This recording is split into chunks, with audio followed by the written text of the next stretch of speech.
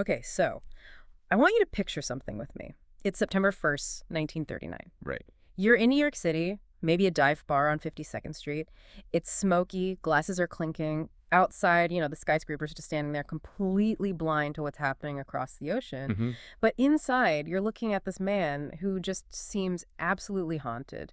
He knows the world has just changed, like, forever. Germany has invaded Poland.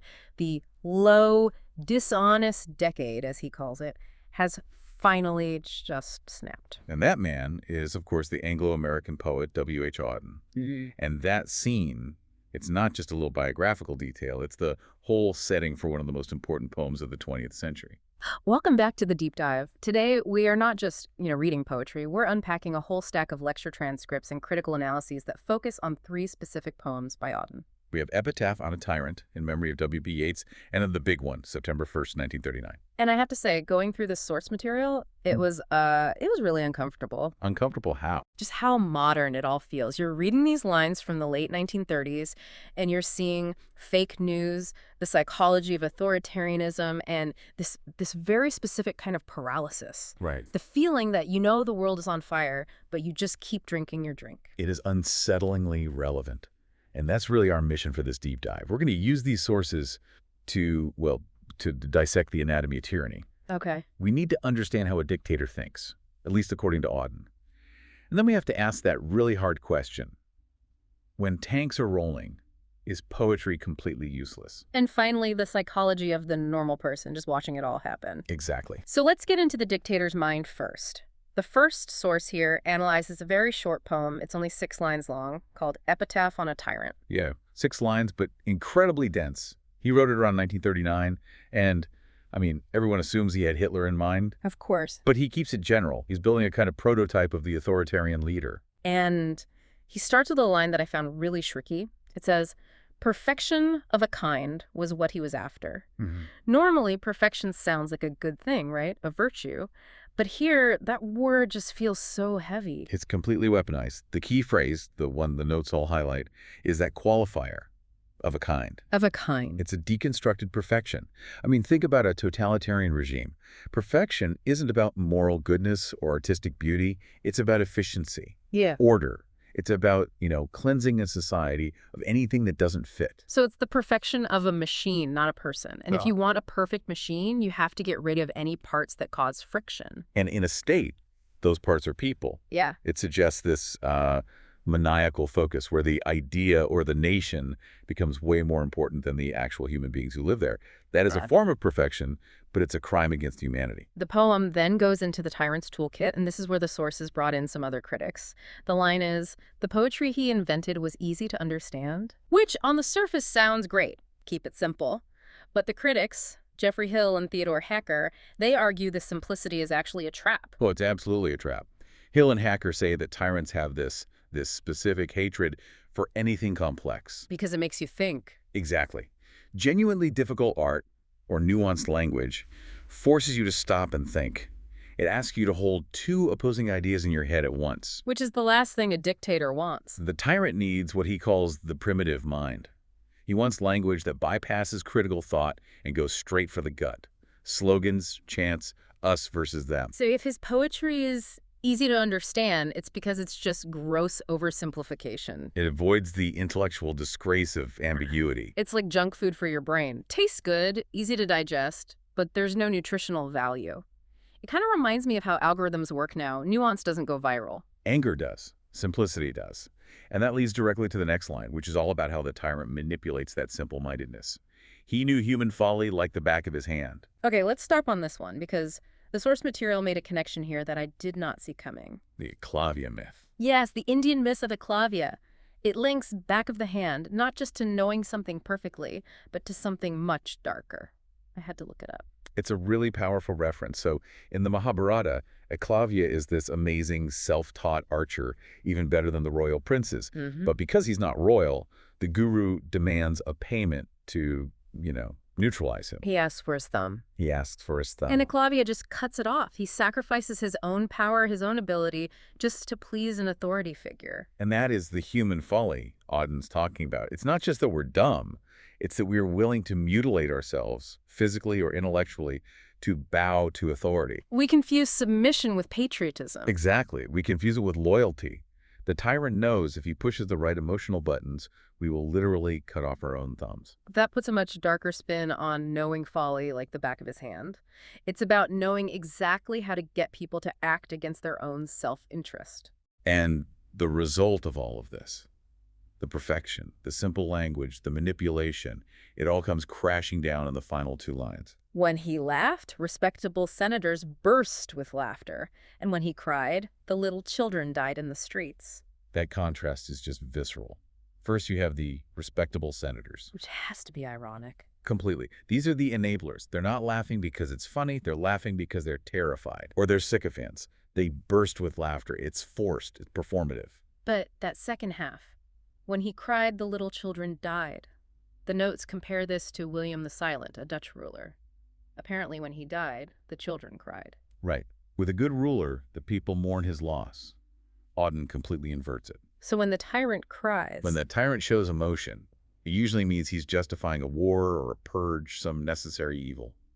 He sheds these crocodile tears about protecting the nation, and the result is that actual children physically die. It's also a critique of optics, isn't it? We see this all the time. Dictators love photo ops with babies.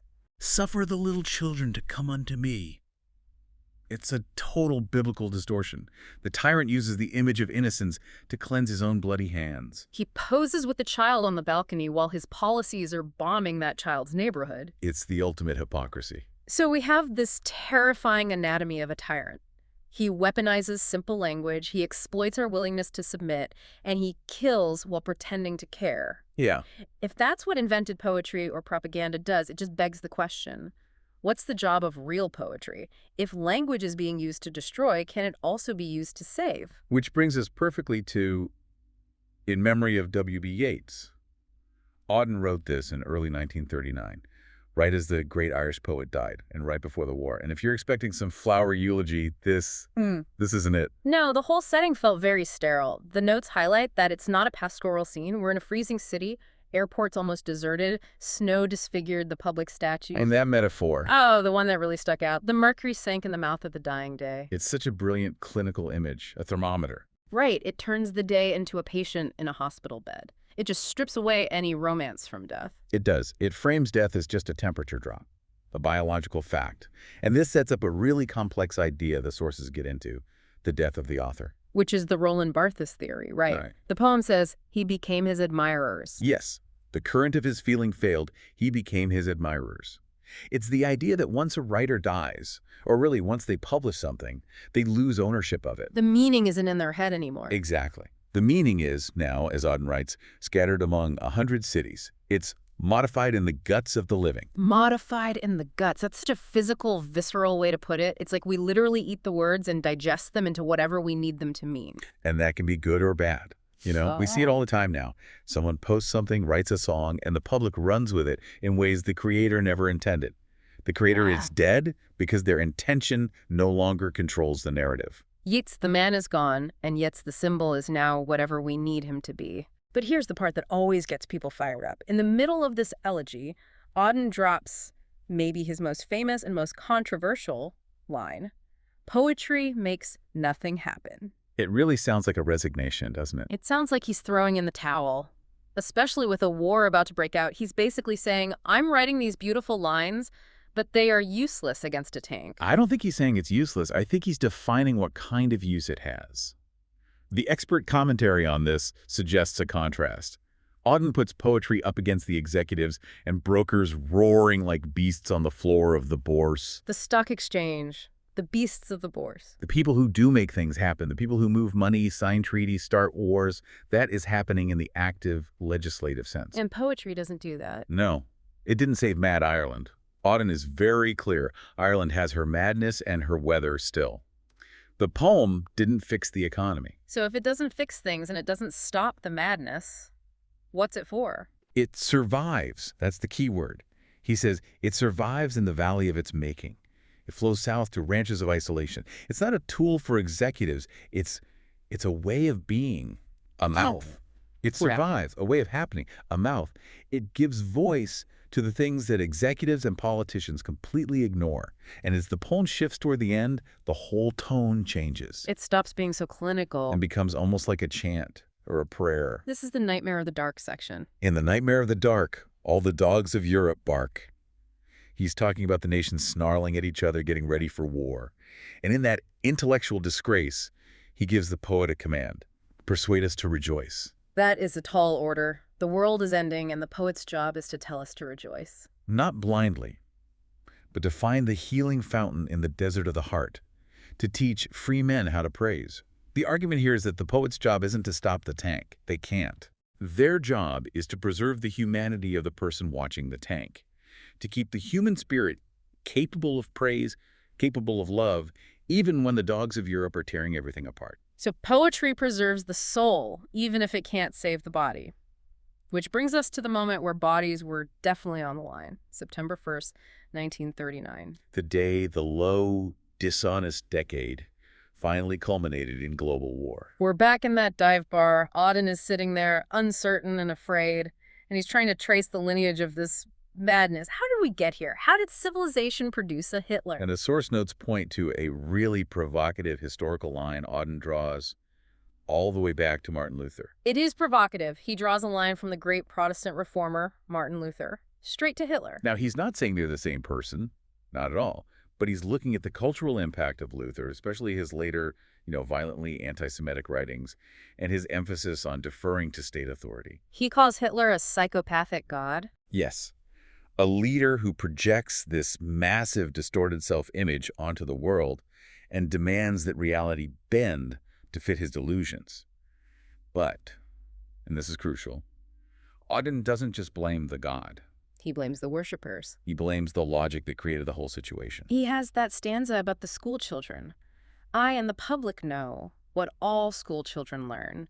Those to whom evil is done do evil in return. We call that schoolchild logic, but in geopolitical terms, it's just cyclical trauma.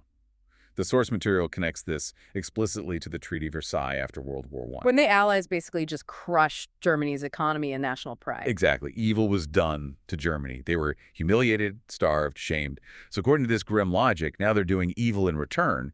Hitler didn't just appear in a vacuum. He's the manifestation of a trauma response. He's the payback. It's a cycle.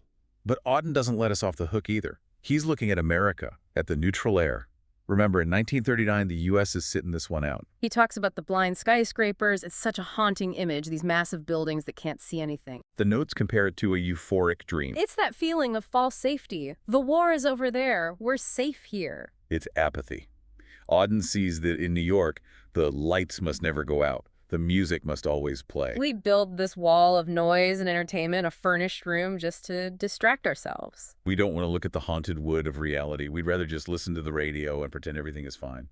I feel a little called out. I mean, how often do we doom scroll or binge watch a show just to avoid thinking about, climate change or geopolitical instability? The music must always play. It's a coping mechanism.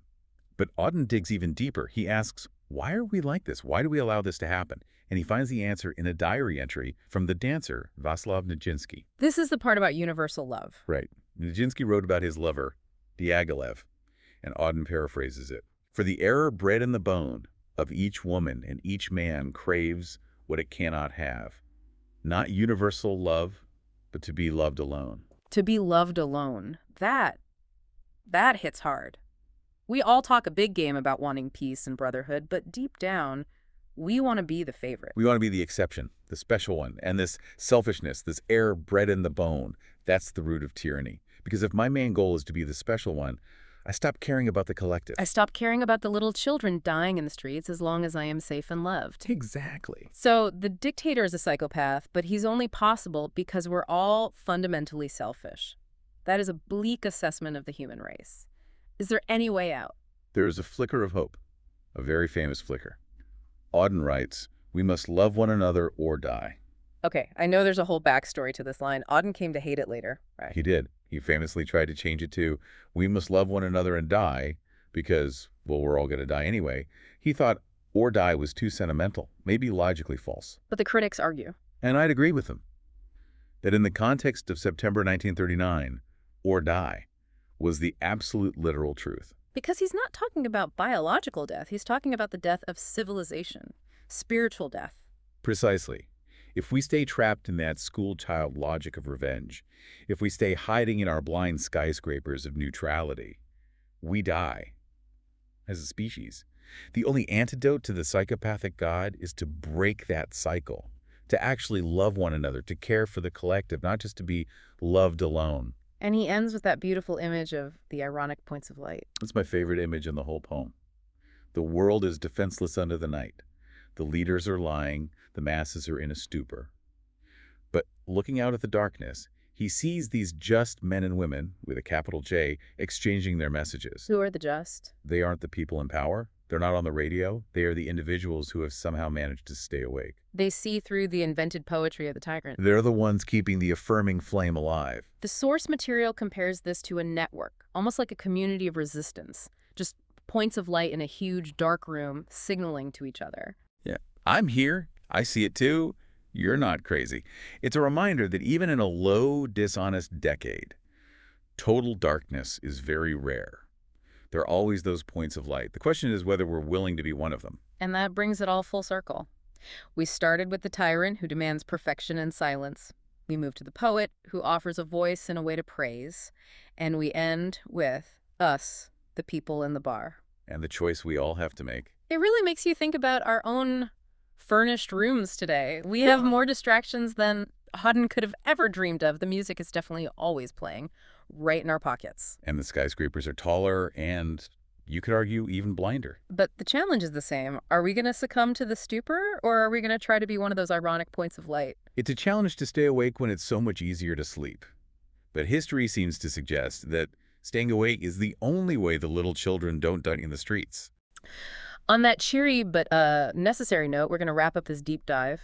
It's just amazing how a guy in a bar in 1939 can read our mail almost a century later. Great poetry doesn't age. It just waits for us to catch up to it. Thanks for listening. Keep your lights on. We'll see you next time.